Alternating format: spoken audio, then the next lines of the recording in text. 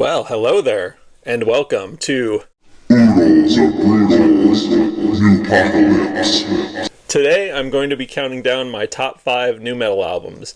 I realize that many of you out there probably don't like nu metal.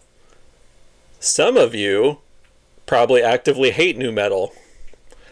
And to that, my friends, all I can say is, Let the hatred flow. Ha ha ha.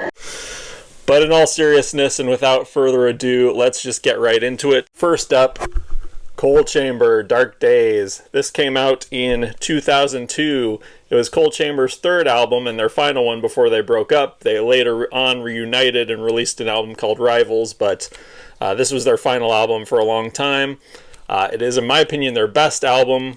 And the thing I like about Coal Chamber is their simplicity. It's just straight up, no frills nu metal. They do have a little bit of a spooky goth vibe to them, which they maximized on this album. And this album also was a back to basics for them. Their second album, Chamber Music, had a lot of experimentation. And while I enjoy that album, it's definitely not my favorite. This one definitely is my favorite. It came out on Roadrunner Records, which was, of course, a bastion of nu metal back in the day. They had many nu metal bands and probably are very much responsible for the nu metal movement of the late 90s, early 2000s, thereabouts. This is my favorite Coal Chamber album, and on any given day, it might be my favorite nu metal album of all time. Again, it's just dark, it's simplistic, it's catchy, it's heavy. This is just a great album all around if you dig nu metal. Again, that's Coal Chamber, Dark Days. Up next, we have Mudvayne, LD50. This was released on Epic Records in 2000. This was Mudvayne's first album. And what's interesting about Mudvayne is, although they were lumped into nu metal, I always felt that their music and approach to songwriting were much more complex than your average nu metal band. So it's kind of an interesting juxtaposition. We had the bare bones simplicity of Coal Chamber, and now we're talking about Mudvayne, who definitely was a lot more complex on LD50.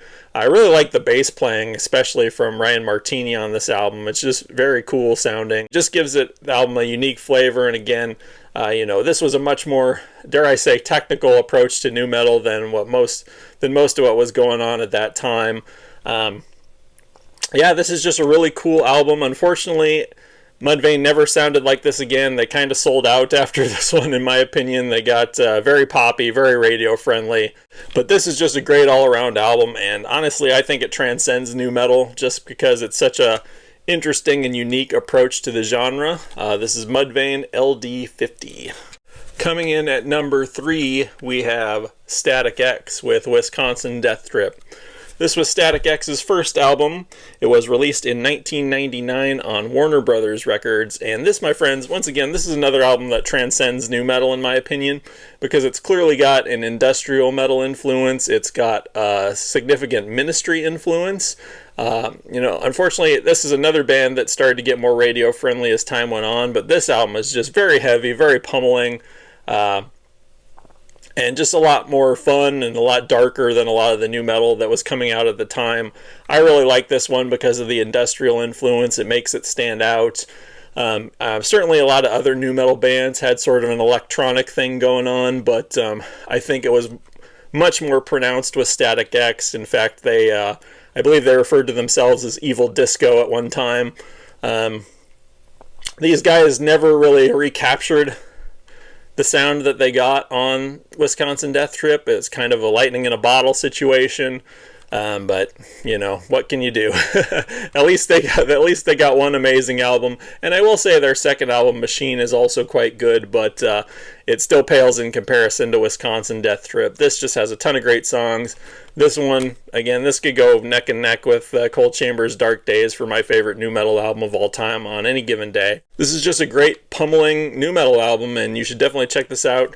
Unfortunately, Wayne Static is no longer with us, but these guys were phenomenal live. I saw them several times, and they just kicked so much ass. And I know they're out there doing stuff with another singer, but they'll never recapture the greatness of Wisconsin Death Trip, unfortunately, because Wayne's no longer around. So, Static X, Wisconsin Death Trip, this is just an awesome fucking album. Love it. Up next at number 4, we have Head PE, Broke. This album came out in 2000 on Jive Records. this could go, you could call it nu metal, you could also call it rap metal if you wanted, but this album is just, it's heavy, it's catchy, it's ignorant as hell, and I mean, that's one of the great things about nu metal. It was just totally fucking ignorant and stupid and fun, and I think that's, one of the things I liked about it the most. It's great to have some serious metal, but I love things that are fun and silly and stupid, and I think there's not many albums that epitomize that better as far as nu metal goes than Head PE's Broke. You probably heard the song Bartender that was everywhere when this came out, and that pretty much sums up what this album's about. It's just fun and ridiculous and heavy. The rapping is actually quite competent. When I say this album is stupid and ignorant, I mean that as a compliment. So, not to take anything away from Head PE, these guys were also a lot of fun live, I gotta say, back in the day. This, in my opinion, is a classic. Their first album is also really good. I can't speak to anything after Broke, but I can say their first album's awesome. And this one's super awesome. It blows their first one out of the water. So they did not hit a sophomore slump with this one. They actually improved.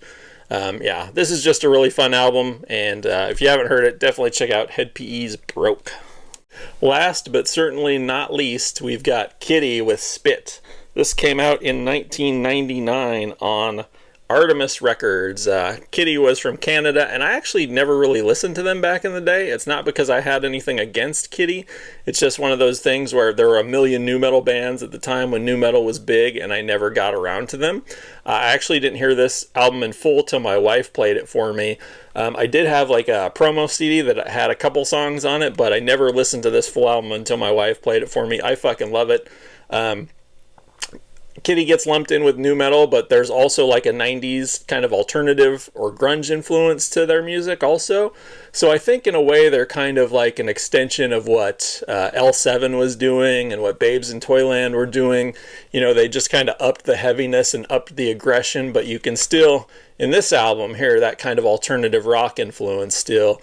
They of course went on to get a lot heavier than this album with like Oracle, and a couple of their other albums are much heavier, but this one, I think it's just the perfect mixture of kind of melody and catchiness and aggression, and it's just got a really cool, unique vibe to it.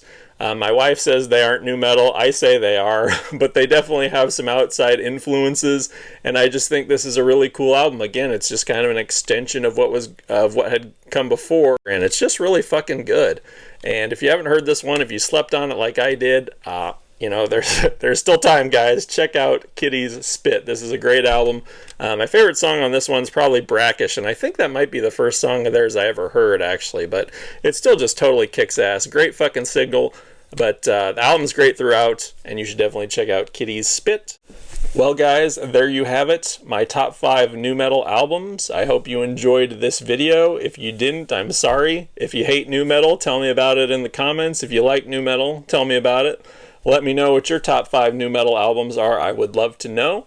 Are there any hidden gems that I've been sleeping on for all these years? Definitely let me know. And don't forget to like and subscribe, as the kids say, because goddamn, I need the subscribers.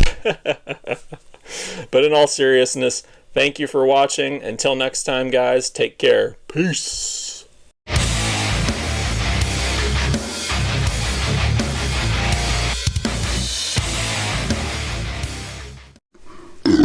Oh God.